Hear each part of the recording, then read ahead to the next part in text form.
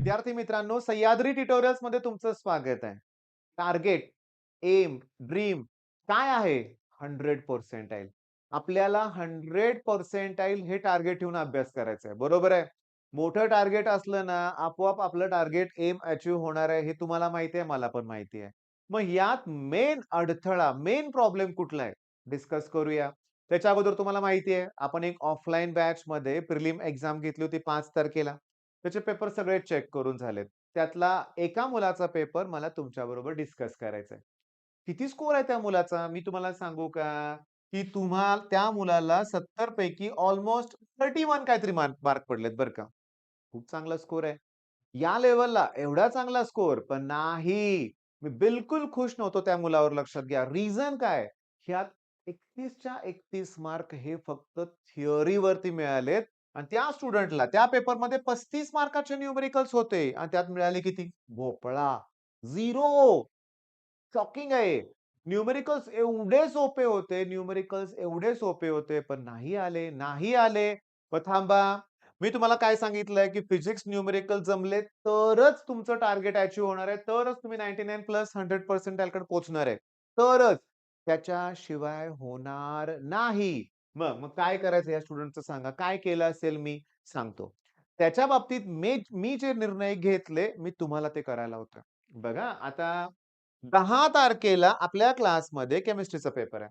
बरोबर आहे. 2च दिवस उरलेत. तरी देखील मी त्या स्टुडंटला काय सांगितलंय, की फिजिक्सचे 1 ते 8 टॉपिक नंतर 9 ते 16 टॉपिक मला 2 दिवसात पाहिजेत. सगळे न्यूमेरिकल्स मला सॉल्व्ह करून हवे आहेत. सॉल्व्ह ॲज वेल ॲज एक्सरसाइज मधले. कुठल्याही न्यूमेरिकलवर बोट ठेवलं तरी सांगता आलं पाहिजे, फॉर्म्युला आठवला पाहिजे. मग हे कसं पॉसिबल आहे? सांगतो. पहिली गोष्ट म्हणजे मी त्या स्टुडंटला सांगितलंय, की मला फॉर्म्युला लिस्ट हवी आहे प्रॉपर. प्रत्येक टॉपिक वाईज मला फॉर्म्युला लिस्ट हवी आहे. आणि हो, मी YouTubeवर एका सरांचं लेक्चर बघितलं होतं रे, हिंदीमध्ये बोलतात ते. त्यांनी वाक्य काय सांगितलं माहितीये का, की मी तुम्हाला सांगू का? आता सांगतो त्यांचंच वाक्य तुम्हाला आहे तसं, की ते म्हणले हिंदीमध्ये बोलायचा मी प्रयत्न करतो. ते म्हणले, "दूसरों की गर्लफ्रेंड और दूसरों के नोट्स सिर्फ देखने के लिए अच्छे हैं, उनका कुछ फायदा ही नहीं होता." कळालं मला सांगायचंय काय ते. त्यांची स्टाईल त्या शिक्षकांची वेगळी आहे. तुम्ही गेस करू नका मी कुणाबद्दल बोलतोय ते. ठीक आहे, त्यांनी जोक करत का होईना सांगितलं ना महत्वाचा मुद्दा. दुसऱ्याच्या नोट्स काही कामाच्या नाहीयेत. तुमच्या पाहिजेत. फॉर्म्युला लिस्ट तुमची बनवा. हां, टॉपिक वाईज बनवा. ओके. आणि काय करा मग त्यानंतर पहिल्यांदा फॉर्म्युला लिस्ट तुमच्या जवळ असू दे. ॲट एनी कॉस्ट तुम्हाला फॉर्म्युला सेकंदात आठवला पाहिजे. सेकंदात तुम्हाला फॉर्म्युला आठवला पाहिजे. इमिडिएटली. ओके. आणि त्याच्यानंतर काय करायचंय सांगू तुम्हाला मी? त्याच्यानंतर न्यूमेरिकल सॉल्व्ह करायला घ्या. आणि तुम्ही काय करा माहितीये का? पहिल्यांदा सॉल्व्ह प्रॉब्लेम. तेही डायरेक्ट ॲन्सरकडे जाऊ नका. आपल्या टेक्स्टबुकमध्ये व्यवस्थित दिलेले नाहीयेत सोल्युशन. रोटेशनल डायनॅमिक्स मध्येच भयंकर सोल्युशन्स आहेत बेकार. हां, बेकार आहेत म्हणूया आपण. काही समजतच नाही असं दिलंय लक्षात घ्या. त्यामुळे तुम्ही काय करायचंय माहितीये का? की तुमच्याकडे फॉर्म्युला लिस्ट आहे ना, तुम्ही न्यूमेरिकल वाचून कोणता फॉर्म्युला अप्लाय करता येईल याच्यावर विचार करायचा आणि माझी तुम्हाला स्ट्रिक्टली सूचना आहे, की तुम्ही जर Googleचा वापर केला, जर टार्गेट पब्लिकेशनचा वापर केला, जर दुसऱ्या कुठल्या नोट्स असतील त्या वापरल्या तरी चालेल. म्हणजे पुस्तकातलं जसं सोडून दिलंय तसं सोडवत बसला तर अवघड होईल लक्षात घ्या.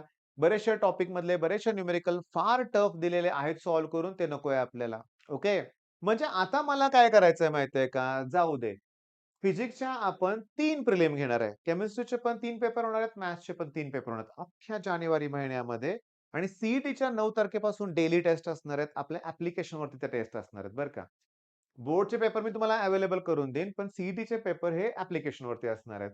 मुद्दा असा आहे बरं का, की टेस्ट घेतल्यामुळं कळालं तरी ना आपल्याला ही गोष्ट, की मुलं चुकतायत कुठं. वि सोडवलं असं नाहीये त्या मुलीनं. सोडवायचा प्रयत्न केला न्यूमेरिकल बरं का लक्षात घ्या. पण स्कोर 0 आला. तुमच्या लक्षात आलंय. आता एक मी सांगतो, ससेप्टिबिलिटी आणि ॲब्सोल्यूट टेम्परेचरमध्ये काय रिलेशन आहे? विथिन सेकंद आठवलं पाहिजे, की susceptibility is inversely proportional to absolute temperature.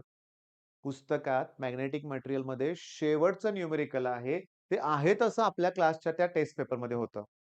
त्याच्यानंतर इंडक्टर मी कितीतरी वेळा एक्सप्लेन केलंय, की इंडक्टर म्हणलं, की inductor in series, inductor in parallel, self इंडक्टन्सचा फॉर्म्युला आला पाहिजे. त्याचं युनिट आठवलं पाहिजे. Henry, henry is equal to ohm second सगळं आठवलं पाहिजे. पण परीक्षेत आपल्या पेपरमध्ये काय होतं, energy stored in the inductor half L I square formula आहे. इंडक्टन्स 2 हेनरी दिला होता किंवा 3 हेनरी दिला होता. आणि करंट 2 अँपिअर दिला होता. 2 चा स्क्वेअर 4. 4 ला 3 ने मल्टिप्लाय करा 12. 12 ला 2 ने डिव्हाईड करा 6. मिळालं की जूल एनर्जी. मग असे प्रश्न त्या पेपरमध्ये ऑलमोस्ट 16 मार्काला होते रे. म्हणजे फॉर्म्युला बेस्ड क्वेश्चन होते. मग बोर्डच्या एक्झाममध्ये हा जो प्रश्न आला होता, ओके. मग तो सीईटीला नाही येणार का? येणार ना. मग आता मला सांगा, बोर्डची तयारी करू का सीईटीची तयारी करू? तुमच्या प्रश्नाचं उत्तर देतोय मी, की तुम्ही फॉर्म्युला लिस्ट जेव्हा बनवाल, तेव्हा मला सांगा फॉर्म्युला लिस्ट तयार झाल्यानंतर बोर्डसाठी प्रिपरेशन केलं का सीईटीसाठी रे? दोघांसाठी होतंय ना. बास भीती नको आहे मला. मला तुमच्याकडून म्हणजे मला पाहिजेच. मला पाहिजे. 10 तारखेला केमिस्ट्री आहे, 15 तारखेला मॅथ्सचा पेपर असू दे, पण मी रोज फिजिक्स करणार आहे. ठीक आहे, हा स्टुडंट जरा एक्स्ट्राऑर्डिनरी असल्यामुळे मी कमी टार्गेट दिलंय आणि तो केमिस्ट्रीचा अभ्यास इतर वेळेस करेल मला हे पण माहिती आहे. पण तुम्हाला जर एवढं पॉसिबल होत नसेल, तर रोज 2-2 टॉपिक घ्या. 2 टॉपिक घ्या. पण मी बोललोय ना, पुस्तकातले सॉल्व्हड प्रॉब्लेम आपला कॉन्फिडन्स डाउन करतात काही वेळेस. मग अशा वेळेस नोट्सचा वापर करायला काही हरकत नाही. YouTubeवर मी तुम्हाला सांगतो काही बेस्ट चॅनल्स आहेत, की त्यांनी टेक्स्टबुकचं सगळं न्यूमेरिकलचं सोल्युशन, व्हिडिओ सोल्युशन प्रोव्हाईड केलेत. सर्च करा, सापडेल एखादं बेस्ट चॅनल तुम्हाला. बरं, आता मुद्दा असा आहे, की तुमच्या एक गोष्ट लक्षात आली का रे? टेस्ट टेस्ट या दिल्याच पाहिजेत लक्षात घ्या.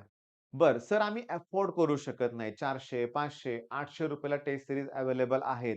आम्ही अफोर्ड करूच शकत नाहीये. ऑलरेडी हा कोर्स, तो कोर्स, हे कोर्स घेऊन ठेवलेला आहे आणि एक न धड भाराभर चिंध्या केलेल्या आहेत. त्यामुळे घरातले म्हणतात, "बास आता. एक वेळ राहू दे तुझा अभ्यास. तू करत नाही काही नाही हे त्यांना कळालंय. ठीक आहे." मग आता ह्यावर उपाय काय? आता ह्या लेव्हलला मला करायची इच्छा होते, पण मी अफोर्ड करू शकत नाही. मग अशा वेळेस एकच उपाय आहे एक्झाम गोल. आता काल माझ्या क्लासमधल्या एका स्टुडंटनं एक्झाम गोलवर केमिस्ट्रीच्या 3 फुल लेंग्थ टेस्ट दिल्या. सीईटीच्या 50-50 मार्काच्या. एकात 41 स्कोर झाला, एकात 37, एकात 35 स्कोर झाला आय थिंक बरं का. मग हा स्कोर कमी झाला ना, ओके. जे प्रश्न चुकले ते त्यानं एनालिसिस केले ना. इथं स्कोर बऱ्यापैकी ठीक-ठाक झालाय. पण मी खुश आहे. या लेव्हलला एवढ्या स्कोरपर्यंत स्टुडंट पोहोचतोय ना, तो 45 प्लस जाणारच.